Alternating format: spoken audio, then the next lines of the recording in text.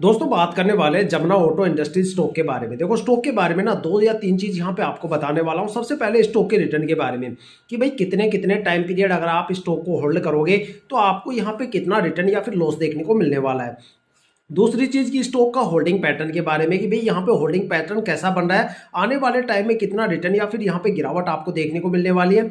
और तीसरी सबसे बड़ी चीज की स्टॉक में जो पिछले 4-5 महीनों से परफॉर्मेंस आनी चाहिए थी वो परफॉर्मेंस आखिर क्यों नहीं आ पाई, उसमें गिरावट का जो मार्केट में यहाँ पे जो स्टॉक एक प्राइस रेंज में फंस गया था उसके पीछे का सबसे बड़ा रीजन। सबसे पहले अगर रिटर्न के बारे में बात करूं तो मैं आपको एक चीज हमेशा बताता हूं। देखो स्टॉक मार्केट में कुछ स्टॉक शॉर्ट टर्म में भर के रिटर्न देते हैं, कुछ लॉन्ग टर्म में भर के रिटर्न देते हैं। ठीक है, वो डिपेंड करता है उनके सेल्स ऑपरेशंस पे या फिर वो कंपनी किस कैटेगरी में आती है।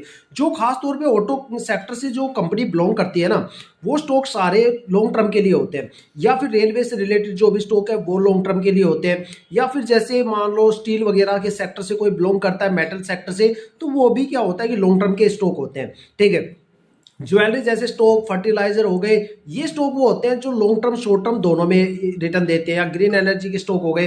तो यहाँ पे अगर जमुना ऑटो के स्टॉक के रिटर्न के बारे में बात करें तो पिछले साल के अगर रिटर्न के बारे में बात करें तब भी ये स्टॉक लॉन्ग टर्म में ज्यादा प्रॉफिटेबल रहा है। और इस बार जो इसका रिटर्न का जो पैटर्न है वो भी मैं आपको बताता हूँ। अगर आप इस स्टॉक को शॉर्ट टर्म में 1 वीक की होल्डिंग के साथ रखते हो तो 3% की गिरावट आपको देखने को मिलेगी। 1 मंथ में 1.5% की गिरावट आपको देखने को मिलेगी। 3 महीने में 20.5% से ज्यादा की गिरावट आपको देखने को मिलेगी। 6 महीने में 21% से ज्यादा की गिरावट आपको देखने को मिलेगी।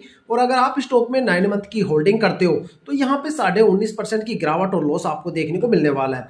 और अगर आप यहाँ पे अगर हम लॉन्ग टर्म की बात करें तो 1 ईयर की होल्डिंग में 7.5% की गिरावट और लॉस आपको देखने को मिलेगा। 2 साल की होल्डिंग पे 6.5% की गिरावट और लॉस देखने को मिलेगा। 3 साल की होल्डिंग पे 4% की गिरावट और लॉस देखने को मिलेगा। लेकिन अगर आप इस स्टॉक को 4 साल के लिए होल्ड करते हो तब यहाँ पे आपको 74% का अच्छा खासा रिटर्न देखने को मिलेगा।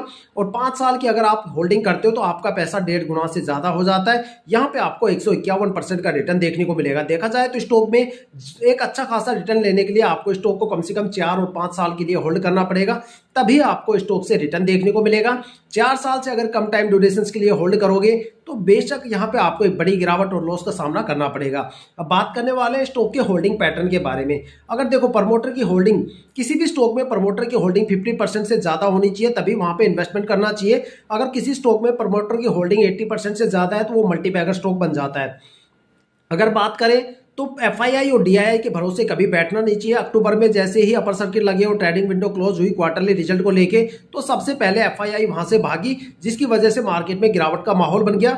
यहाँ पे प्रमोटर की होल्डिंग 49.94% है। पब्लिक